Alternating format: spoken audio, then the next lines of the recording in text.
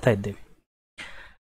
ಕಳೆದ ತರಗತಿಗಳಲ್ಲಿ insert ಮೆನುವಿನ shapes ಬಗ್ಗೆ ನಾವು ಕಂಪ್ಲೀಟ್ ಸ್ಟಡಿ ಮಾಡಿದ್ವಿ. ಇಲ್ಲಿರುವಂಥ ಬೇರೆ ಬೇರೆ ಶೇಪ್ಗಳನ್ನು ಬಳಸೋದು ಹೇಗೆ ಅನ್ನೋದ್ರ ಬಗ್ಗೆ ನೋಡಿದ್ವಿ. ಕೆಲವೊಮ್ಮೆ ನಾವು ಬಳಸುವಂತಹ ಶೇಪ್ ಪರ್ಫೆಕ್ಟಾಗಿ ಇರೋದಿಲ್ಲ, ಅಥವಾ ಅಲ್ಲಿ ನಾವು ತೀರಾ ಸಫಿಸ್ಟಿಕೇಟೆಡ್ ರೆಪ್ರೆಸೆಂಟೇಷನ್ನಿಗೆ ಇಲ್ಲಿರುವಂಥ ಸಿಂಬಲ್ಗಳು ಸಪೋರ್ಟ್ ಮಾಡದೆ ಹೋಗಬಹುದು. ಉದಾಹರಣೆಗೆ ನೀವು ಯಾವುದೋ ಒಂದು ಲೆವೆಲನ್ನು, ಹೈರಾರ್ಕಿಯನ್ನು ರೆಪ್ರೆಸೆಂಟ್ ಮಾಡ್ತಾ ಇದ್ದೀರಾ. ಅದರಲ್ಲಿ ಯಾವುದೊಂದು ಪಿರಮಿಡ್ ಶೇಪ್ ಬೇಕಿತ್ತು ನಿಮಗೆ. ಸೊ ಪಿರಮಿಡ್ ಶೇಪ್ ಈ ಆಬ್ಜೆಕ್ಟನ್ನು ಬಳಸ್ಕೊಂಡು, ಈ ಶೇಪ್ಸನ್ನು ಬಳಸ್ಕೊಂಡು ನಾವು ಓನಾಗಿ ಡಯಾಗ್ರಾಮೆಟಿಕ್ ಆಗಿ ರೆಪ್ರೆಸೆಂಟ್ ಮಾಡಲಿಕ್ಕೆ ಹೋದರೆ ಸಫಿಸ್ಟಿಕೇಟೆಡ್ ಆಗಿ ಇಲ್ಲದೆ ಹೋಗಬಹುದು, ಅಥವಾ ಟೈಮ್ ಕನ್ಸ್ಯೂಮಿಂಗ್ ಆಗುತ್ತೆ. ಹಾಗಾಗಿ ಈ ತರಹದ ಮೇಜರ್ ಡಯಾಗ್ರಾಮ್ಗಳನ್ನು ನಾವು ಸ್ಮಾರ್ಟ್ ಆರ್ಟ್ ಅನ್ನುವಂತಹ ಈ ಒಂದು ಕಾನ್ಸೆಪ್ಟನ್ನು ಬಳಸ್ಕೊಂಡು ಈಸಿಯಾಗಿ ಇಂಪ್ಲಿಮೆಂಟೇಷನ್ ಮಾಡಬಹುದು. ಇದರ ಕಾನ್ಸೆಪ್ಟ್ ಇಷ್ಟೇ: list, process, cycle, hierarchy, relationship, matrix ಮತ್ತು ಪಿರಮಿಡ್ ಈ ತರಹದ ಡಯಾಗ್ರಾಮ್ಗಳನ್ನು ರೆಡಿಮೇಡ್ ಆಗಿರುವಂತಹ ಡಿಸೈನ್ಗಳನ್ನು ಬಳಸ್ಕೊಂಡು ನಾವು ಈಸಿಯಾಗಿ ಅಪ್ಡೇಟ್ ಮಾಡಬಹುದು. ಇಂಡಿವಿಜುವಲಿ ಮಾಡಿದರೆ ನಾವು ನಿನ್ನೆ ಡಿಸ್ಕಸ್ ಮಾಡಿದ ಹಾಗೆ ಅದನ್ನು ಗ್ರೂಪ್ ಮಾಡಬೇಕಾಗತ್ತೆ. ಗ್ರೂಪ್ ಮಾಡಿದ ನಂತರದಲ್ಲಿ ಆ್ಯಡ್ ಮಾಡೋದು ಮತ್ತು ರಿಮೂವ್ ಮಾಡುವಂಥದ್ದು ಸ್ವಲ್ಪ ಕಷ್ಟದ ಕೆಲಸ. ಆದರೆ ಸ್ಮಾರ್ಟ್ ಆರ್ಟನ್ನು ಬಳಸ್ಕೊಂಡು ಈಸಿಯಾಗಿ ನಾವು ನಮಗೆ ಬೇಕಾದಂತಹ ಲಿಸ್ಟ್ ಆಗಲಿ, ಪ್ರೋಸೆಸ್ ಆಗಲಿ ಈ ತರಹದ ಡಯಾಗ್ರಾಮ್ಗಳನ್ನು ರೆಪ್ರೆಸೆಂಟೇಷನ್ ಮಾಡಬಹುದು. 2007 ವರ್ಷನಿನ ನಂತರ ಈ ತರಹದ ಸ್ಮಾರ್ಟ್ ಆರ್ಟ್ ಅಥವಾ ಇದಕ್ಕೆ ಸಂಬಂಧಿಸಿದಂಥ ಗ್ರಾಫಿಕಲ್ ಡಿಸೈನ್ಗಳು ಈ ತರಹದ್ದಕ್ಕೆ MS ವರ್ಡ್ ತುಂಬ ಸಪೋರ್ಟ್ ಮಾಡುತ್ತೆ. ಈಗ ಉದಾಹರಣೆಗೆ ನಾನು ಯಾವುದೋ ಒಂದು ಲಿಸ್ಟನ್ನು ರೆಪ್ರೆಸೆಂಟ್ ಮಾಡಬೇಕು ಅಂದ್ಕೊಳ್ಳಿ. ಸೊ ಇಲ್ಲಿ ಸ್ಮಾರ್ಟ್ ಆರ್ಟ್ ಚೂಸ್ ಮಾಡಿದ ನಂತರದಲ್ಲಿ ಬರುವಂತಹ ಡೈಲಾಗ್ ಬಾಕ್ಸ್ ಇದಾಗಿರುತ್ತೆ. ಇಲ್ಲಿ ನಮಗೆ ಬೇಕಾದಂಥ ಕಾನ್ಸೆಪ್ಟನ್ನು ಫಸ್ಟು ಸೆಲೆಕ್ಟ್ ಮಾಡ್ಕೋಬೇಕಾಗತ್ತೆ. ಉದಾಹರಣೆಗೆ ನಾನು ಲಿಸ್ಟನ್ನು ರೆಪ್ರೆಸೆಂಟ್ ಮಾಡಬೇಕು ಅಂತಿದ್ರೆ ನಾನು ಲಿಸ್ಟ್ ಮೇಲೆ ಕ್ಲಿಕ್ ಮಾಡಿದಾಗ ರೈಟ್ ಸೈಡಲ್ಲಿ ಫಿಲ್ಟರ್ ಆದಂಥ ಡಿಸೈನ್ಗಳು ಇವೆಲ್ಲ ಕಂಪ್ಲೀಟಾಗಿ ಒಂದು ಲಿಸ್ಟನ್ನು ರೆಪ್ರೆಸೆಂಟ್ ಮಾಡಲಿಕ್ಕೆ ಬೇಕಾಗಿರುವಂಥ ಮಟೀರಿಯಲ್ಗಳು ಅಥವಾ ಡಿಸೈನ್ಗಳನ್ನು ರೆಪ್ರೆಸೆಂಟ್ ಮಾಡುತ್ತೆ. ಉದಾಹರಣೆಗೆ ನಾನಿವಾಗ ಇಲ್ಲಿರುವಂತಹ ಡಿಸೈನನ್ನು ಸೆಲೆಕ್ಟ್ ಮಾಡಿದ್ರೆ ಅದರದ್ದು ಪ್ರಿವ್ಯೂವನ್ನು ರೈಟ್ ಸೈಡ್ ಪೋರ್ಷನಲ್ಲಿ ತೋರಿಸುತ್ತೆ. ಅದೇ ತರಹ ನಾನು ಯಾವುದೇ ಡಿಸೈನನ್ನು ಚೂಸ್ ಮಾಡಿದರೆ ರೈಟ್ ಸೈಡ್ ಬರುವಂಥ ಪ್ರಿವ್ಯೂವನ್ನು ನೋಡಿಕೊಂಡು ನಾನು ಇಂಪ್ಲಿಮೆಂಟ್ ಮಾಡಬೇಕಾಗಿರುವಂಥ ಕಾನ್ಸೆಪ್ಟಿಗೆ ಈ ಡಿಸೈನ್ ಅಪ್ರೋಪ್ರಿಯೇಟ್ ಹೌದೋ ಅಲ್ವೋ ಅನ್ನೋದನ್ನು ಡಿಸೈಡ್ ಮಾಡ್ಕೋಬಹುದು.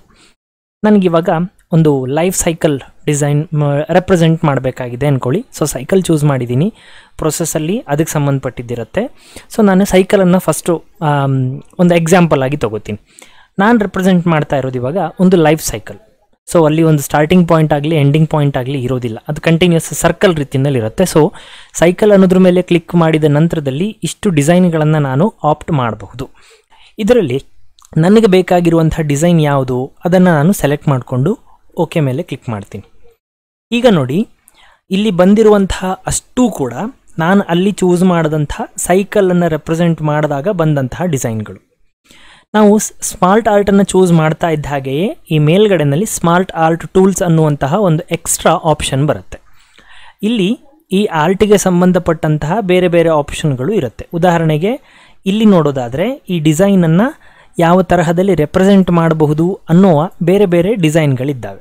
ಸೊ ಈ ಡಿಸೈನಿನ ಆಲ್ಟ್ರೇಷನ್ ಗ್ರಾಫಿಕ್ಸಿಗೆ ಸಂಬಂಧಪಟ್ಟಂಥದ್ದು. ಸೊ ಬೇಕಾಗಿರುವಂತಹ ಡಿಸೈನನ್ನು ಫಸ್ಟು ಚೂಸ್ ಮಾಡ್ಕೊಳ್ಳೋದು.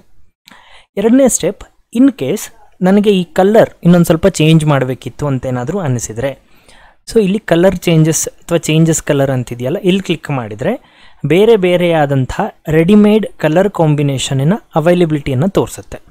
ಇದರಲ್ಲಿ ಸಿಂಗಲ್ ಕಲರ್, ಮಲ್ಟಿ ಕಲರ್, ಬೇರೆ ಬೇರೆ ಕಲರ್ಗಳದ್ದು ಡಿಸೈನ್ಗಳು ಕೂಡ ಇರುತ್ತೆ. ಸೊ ನಿಮಗೆ ಯಾವ ಡಿಸೈನ್ ಲೈಕ್ ಆಗಬಹುದು ಅಥವಾ ಸಬ್ಜೆಕ್ಟ್ ರಿಕ್ವೈರ್ಮೆಂಟ್ ಯಾವ ಕಲರ್ ರಿಕ್ವೈರ್ಮೆಂಟ್ ಇದೆ ಆ ಕಲರನ್ನು ನೀವು ಕ್ಲಿಕ್ ಮಾಡಿ ಆ ಚೂಸ್ ಮಾಡಿದಂಥ ಡಿಸೈನಿಗೆ ಫಸ್ಟು ಕಲರನ್ನು ಅಪ್ಲಿಕೇಬಲ್ ಮಾಡ್ಕೋಬಹುದು. ಅಡ್ವಾಂಟೇಜ್ ಎಲ್ಲಿ ಇದಕ್ಕೂ ಮತ್ತು ಶೇಪ್ಸಿಗೂ ಕಂಪೇರ್ ಮಾಡಿದರೆ ಅಡ್ವಾಂಟೇಜಸ್ ಅನ್ನಿಸ್ಕೊಳ್ಳೋದು ಎಲ್ಲಿ ಅಂದರೆ, ಈ ಸೈಕಲ್ಲಿಗೆ ನಾನು ಇನ್ಯಾವುದೋ ಒಂದು ಎಕ್ಸ್ಟ್ರಾ ಐಟಮನ್ನು ಆ್ಯಡ್ ಮಾಡ್ತೀನಿ. ಉದಾಹರಣೆಗೆ ಈ ಎಕ್ಸಾಂಪಲಲ್ಲಿ ಆಲ್ರೆಡಿ ನನಗೆ 5 ಪಾಯಿಂಟ್ಗಳಿದ್ದಾವೆ. ನನಗಿವಾಗ ಇನ್ನೊಂದು ಆ್ಯಡ್ ಮಾಡಬೇಕಿತ್ತು. ಸೊ ಇಲ್ಲಿ ಈ ಆಪ್ಷನ್ನಲ್ಲಿ ಆ್ಯಡ್ ಶೇಪ್ ಅಥವಾ ಆ್ಯಡ್ ಶೇಪನ್ನು ಬಳಸ್ಕೋತೀನಿ. ಈಗ ಸೆಲೆಕ್ಟ್ ಮಾಡಿರುವಂತಹ ಶೇಪಿನ ಹಿಂದೆ ಅಥವಾ ನಂತರದಲ್ಲಿ ನಾನು ಇನ್ನೊಂದು ಶೇಪನ್ನು ಆ್ಯಡ್ ಮಾಡಬಹುದು. ಇಲ್ಲಿ ಶೇಪ್ ಅಂತ ಹೇಳಿದರೆ ಈ ಡಯಾಗ್ರಾಮಲ್ಲಿರುವಂಥ ಶೇಪ್ ಅಂದರೆ ಸರ್ಕಲ್. ನಾನು ಸ್ಕ್ವೇರ್ ಚೂಸ್ ಮಾಡಿದಾಗ ಶೇಪ್ ಅಂತ ಹೇಳಿದರೆ ಸ್ಕ್ವೇರ್ ಬರುತ್ತೆ.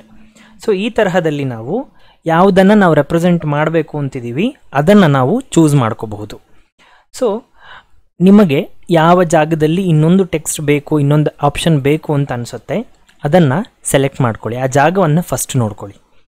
ಈಗ ನಿಮಗೆ ಶೇಪನ್ನು ಆ್ಯಡ್ ಮಾಡಬೇಕಾಗಿರೋದು ಈ ಪರ್ಟಿಕ್ಯುಲರ್ ಆಗಿ ಸೆಲೆಕ್ಟ್ ಮಾಡಿದಂಥ ಶೇಪಿನ ಹಿಂದೆಯೋ ಅಥವಾ ಮುಂದೆಯೋ ಅನ್ನೋದನ್ನು ಡಿಸೈಡ್ ಮಾಡಿಕೊಂಡು ಒಂದು ಕೊಡಿ.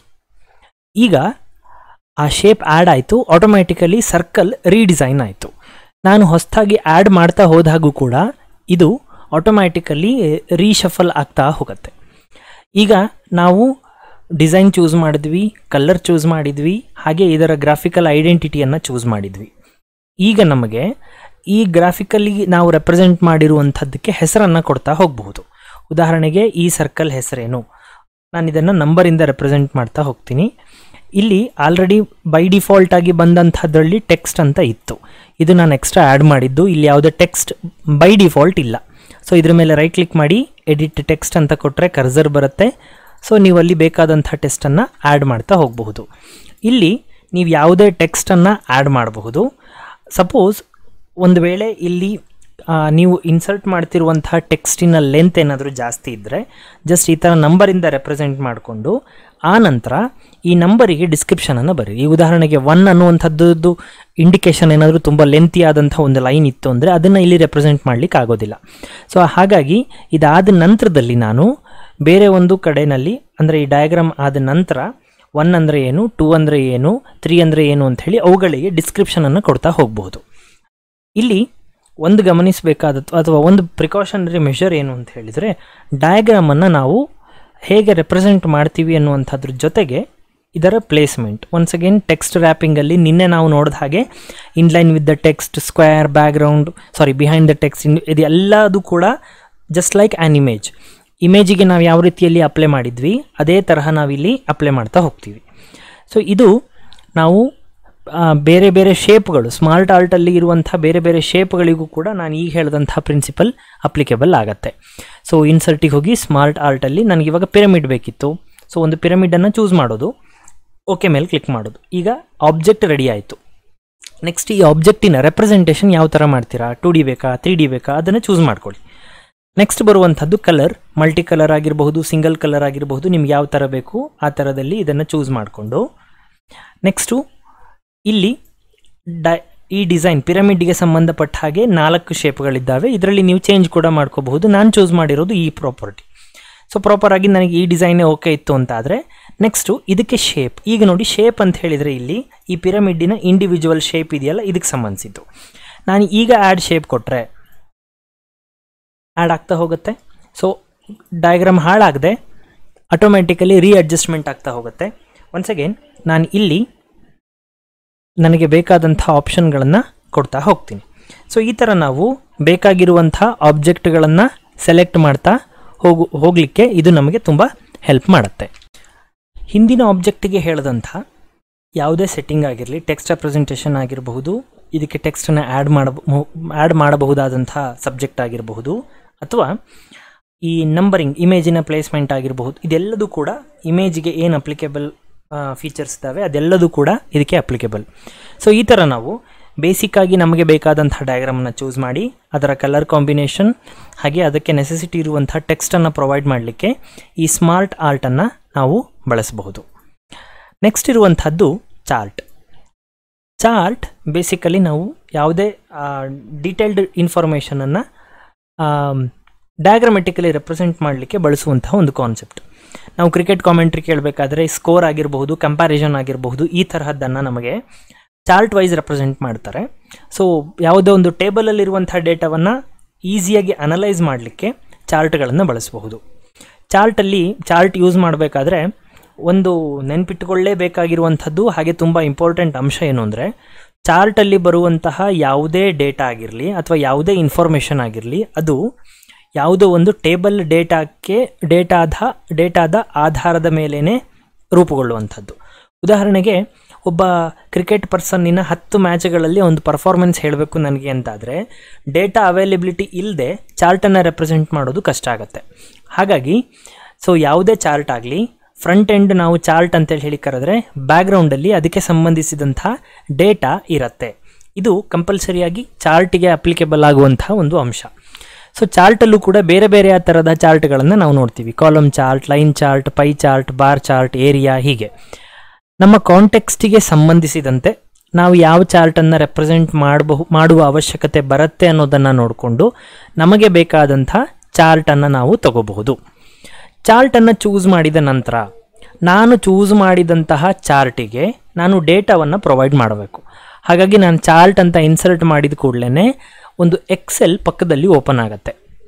ಇಲ್ಲಿರುವಂಥ ಎಕ್ಸೆಲ್ ಇದೆಯಲ್ಲ, ನಿಮ್ಗೆ ಎಕ್ಸೆಲ್ ಬಗ್ಗೆ ಗೊತ್ತಿಲ್ಲದೆ ಹೋದ್ರೂ ಕೂಡ ಇಲ್ಲಿರುವಂಥ ಎಕ್ಸೆಲ್ ಏನನ್ನು ಇಂಡಿಕೇಟ್ ಮಾಡ್ತಿದೆ ಅಂದರೆ MS ವರ್ಡ್ನಲ್ಲಿ ನೀವು ಈಗ ಬಳಸ್ತಾ ಇರುವಂಥ ಚಾರ್ಟ್ಗೆ ಡೇಟಾ ಏನು ಬರಬೇಕು ಅದನ್ನು ನಾವಿಲ್ಲಿ ಪ್ರೊವೈಡ್ ಮಾಡ್ತಾ ಇದ್ದೀವಿ.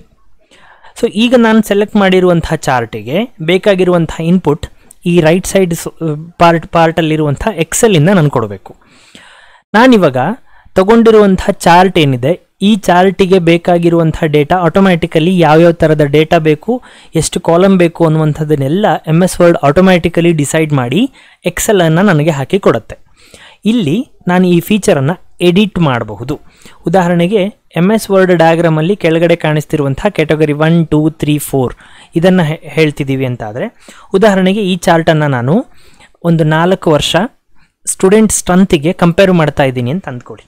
ಉದಾಹರಣೆಗೆ ಇದು 2019-20 ಸಾಲಿಂದು, ಇದು 2018-19 ಸಾಲಿಂದು, ಇದು 2017-18 ಸಾಲಿಂದು, ಇದು 2016 ಮತ್ತು 17 ಸಾಲಿಂದು. ಇಲ್ಲಿ ನಾನು ಕೋರ್ಸ್ಗಳನ್ನು ಕೊಡ್ತೀನಿ. BA, BSc ಮತ್ತು BCom ಅಂತ ಹೇಳಿ ಕೋರ್ಸ್ಗಳನ್ನು ಕೊಡ್ತೀನಿ. ಇಲ್ಲಿ ನಾನು ಸ್ಟೂಡೆಂಟ್ ಸ್ಟ್ರೆಂತನ್ನು ಹಾಕ್ತಾ ಹೋಗ್ತೀನಿ. ಸೊ ನಾನು ಇಲ್ಲಿ ಅಪ್ಡೇಟ್ ಮಾಡ್ತಾ ಇದ್ದ ಹಾಗೆ ನಾನು ಯಾವ ಡೀಟೇಲ್ಸನ್ನು ಅಪ್ಡೇಟ್ ಮಾಡ್ತಾ ಇದ್ದೀನಿ ಅದು ಲೆಫ್ಟ್ ಸೈಡಲ್ಲಿರುವಂಥ ಚಾರ್ಟಲ್ಲಿ ಆಟೋಮ್ಯಾಟಿಕಲಿ ಅಪ್ಡೇಟ್ ಆಗ್ತಾ ಹೋಗುತ್ತೆ. ಚಾರ್ಟ್ ಯಾವಾಗಲೂ ಕೂಡ ತುಂಬ ಈಸಿ. ಯಾಕೆ ಅಂದರೆ ನಿಮಗೆ ಯಾವ ವರ್ಷ ಸ್ಟೂಡೆಂಟ್ ಸ್ಟ್ರೆಂತ್ ಜಾಸ್ತಿ ಇದೆ ಅಂತ ಹೇಳಬೇಕು ಅಂತಾದರೆ ಟೇಬಲನ್ನು ನೋಡಿ ಹೇಳೋದಕ್ಕೆ ಬೇಕಾಗಿರೋ ಟೈಮ್ಗಿಂತ ಸ್ವಲ್ಪ ಕಡಿಮೆ ಸಮಯದಲ್ಲಿ ನೀವು ಚಾರ್ಟನ್ನು ನೋಡಿಕೊಂಡು ಹೇಳಬಹುದು. ಅದೇ ಚಾರ್ಟಿನ representation, graphical representation of table data ಅನ್ನುವಂಥ ಒಂದು ಡೆಫಿನೇಷನಿಂದ ಚಾರ್ಟನ್ನು ಹೇಳ್ತೀವಿ. ಸೊ ಈ ಥರ ನಾವು ನಮಗೆ ಬೇಕಾಗಿರುವಂಥ ಡೀಟೇಲ್ಸನ್ನು ಪ್ರೊವೈಡ್ ಮಾಡಿಕೊಂಡು ನಾವು ಚಾರ್ಟನ್ನು ರೆಪ್ರೆಸೆಂಟ್ ಮಾಡಬಹುದು. ಸೊ ಡೀಟೇಲ್ಸನ್ನು ಪ್ರೊವೈಡ್ ಮಾಡಿದ ನಂತರ ನೀವು MS ಎಕ್ಸೆಲ್ ಏನು ಓಪನ್ ಆಗಿದೆ, ಜಸ್ಟ್ ಇದನ್ನು ಕ್ಲೋಸ್ ಮಾಡಿ. ನೀವು ಪ್ರೊಸೆಸ್ ಮಾಡಿದಂಥ ಡೇಟಾ ಇಲ್ಲಿ ರಿಫ್ಲೆಕ್ಟ್ ಆಗಿದೆ. ರೈಟ್ ಸೈಡಲ್ಲಿ ಈ ಕಲರ್ಗಳ ಇಂಡಿಕೇಶನ್ ಇದೆ. ಅಲ್ಲಿ green colour, red colour, blue colour ಅಂದರೆ ಏನೇನು ಅನ್ನುವಂಥದ್ದು ಇಲ್ಲಿ BA, BSc, BCom ಇದರಿಂದ ಹೈಲೈಟ್ ಆಗಿದ್ದರೆ, ಕೆಳಗಡೆನಲ್ಲಿ ಸೀರೀಸ್ ಯಾವ್ದ್ಯಾವುದು 2016-17ಕ್ಕೆ ಗ್ರೀನ್ ಕಲರ್ ಬ್ಲೂ ಕಲರ್ BAನ ಇಂಡಿಕೇಟ್ ಮಾಡುತ್ತೆ. ಅದರ ಹತ್ರ ಮೌಸ್ ಪಾಯಿಂಟರ್ ತೊಗೊಂಡೋದ್ರೆ ತೋರಿಸುತ್ತೆ ವ್ಯಾಲ್ಯೂ 10. ಇಲ್ಲಿ ಗ್ರೀನ್ ಕಲರ್ ಮತ್ತು ರೆಡ್ ಕಲರ್ ಎರಡೂ ಒಂದೇ ಇದೆ, ಇದರ ಅರ್ಥ 15-30 ಅಂತ ಹೇಳಿ ಅದು ಈಸಿಯಾಗಿ ತೋರಿಸುತ್ತೆ. ಸೊ ಈ ಥರ ನಾವು ಗ್ರಾಫಿಕಲ್ ರೆಪ್ರೆಸೆಂಟೇಷನ್ ಆಫ್ ಡೇಟಾವನ್ನು ಚಾರ್ಟ್ ಬಳಸ್ಕೊಂಡು ಮಾಡ್ಬೋದು. ಒನ್ಸ್ ಅಗೇನ್ ಚಾರ್ಟನ್ನು ಸೆಲೆಕ್ಟ್ ಮಾಡಿದಾಗ ಚಾರ್ಟ್ ಟೂಲ್ಸ್ ಅನ್ನುವಂಥ ಆಪ್ಷನ್ ಬರುತ್ತೆ. ಡಿಸೈನ್, ನಿಮ್ಗೆ ಯಾವ ಡಿಸೈನ್ ಬೇಕು ಈ ಡಿಸೈನನ್ನು ನೀವು ಚೂಸ್ ಮಾಡಬಹುದು. 3D ರೆಪ್ರೆಸೆಂಟೇಷನ್ ಈ ತರಹ ನೋಡ್ಬೋದು. ಒಂದು ನಾವು ನೆನ್ಪಿಟ್ಕೋಬೇಕಾಗಿದ್ದು, ನಾವು ಈ ಮಟೀರಿಯಲ್ ನೀವೇನು ಪ್ರಿಪೇರ್ ಮಾಡ್ತೀರಾ, ಟೀಚಿಂಗ್ ಮಟೀರಿಯಲ್ ಪ್ರಿಪೇರ್ ಮಾಡ್ತಿದ್ದೀರಾ ಅಂದ್ಕೊಂಡ್ರೆ, ಸಪೋಸ್ ಇದನ್ನು ಪ್ರಿಂಟ್ ಮಾಡ್ತಾನೆ ಒಬ್ಬ ಸ್ಟೂಡೆಂಟ್ ಅಂತ ಅಂದ್ಕೊಂಡ್ರೆ, ನಾವು ಅಪ್ಲೈ ಮಾಡುವಂತಹ ಕಲರ್ ಕಾಂಬಿನೇಷನ್ ಆತ ಪ್ರಿಂಟ್ ಮಾಡಿಕೊಂಡ ನಂತರದಲ್ಲಿ ಕಾಣುವ ಹಾಗೆ ಇರಬೇಕು. ಉದಾಹರಣೆಗೆ ಅವನು ಬ್ಲ್ಯಾಕ್ ಕಲರ್ ಪ್ರಿಂಟ್ ತೆಗೆದ್ರೆ ಕಲರ್ ಕಾಂಬಿನೇಷನ್ ಅಷ್ಟು ಈಸಿಯಾಗಿ ಐಡೆಂಟಿಫೈ ಮಾಡಲಿಕ್ಕಾಗಲ್ಲ. ಹಾಗಾಗಿ ನಾನು ಬ್ಯಾಕ್ಗ್ರೌಂಡನ್ನು ಲೈಟಾಗಿ ಇಟ್ಕೋಬೇಕಾಗತ್ತೆ. ಈ ತರಹದ ಕಲರ್ ಬಗ್ಗೆ ಒಂಚೂರು ಕಾನ್ಸಂಟ್ರೇಟ್ ಮಾಡಿ ಮಾಡಬೇಕು. ಅದೇ ನಾವು ಯಾವುದೋ ಪವರ್ ಪಾಯಿಂಟ್ ಆಗಲಿ ಅಥವಾ ಡಿಜಿಟಲ್ ಫಾರ್ಮಲ್ಲಿ ನೋಟ್ಸನ್ನು ರೆಪ್ರೆಸೆಂಟ್ ಮಾಡ್ತಿದ್ರೆ ಕಲರನ್ನು ಬಳಸೋದು ತುಂಬ ಎಫೆಕ್ಟಿವ್ ಆಗುತ್ತೆ. ಪ್ರಿಂಟೆಡ್ ಫಾರ್ಮಿಗೆ ಕಂಪೇರ್ ಮಾಡಿದರೆ ಡಿಜಿಟಲ್ ನೋಟ್ಸ್ಗಳ ಅಡ್ವಾಂಟೇಜ್ ಏನು ಅಂದರೆ ನಾವು ಕಲರ್ಗಳನ್ನು ಬಳಸ್ಕೊಂಡು, ಡಯಾಗ್ರಾಮ್ಗಳನ್ನು ಬಳಸ್ಕೊಂಡು, 3D ಫಾರ್ಮ್ಯಾಟ್ಗಳನ್ನು ಬಳಸ್ಕೊಂಡು, 2D ಅಥವಾ 3D ಫಾರ್ಮ್ಯಾಟ್ಗಳನ್ನು ಬಳಸ್ಕೊಂಡು ಈಸಿಯಾಗಿ ನಾವು ಹೇಳಬೇಕಾಗಿರುವಂಥ ವಿಷಯವನ್ನು ಸ್ಟೂಡೆಂಟ್ಸಿಗೆ ಕನ್ವೆ ಮಾಡಬಹುದು.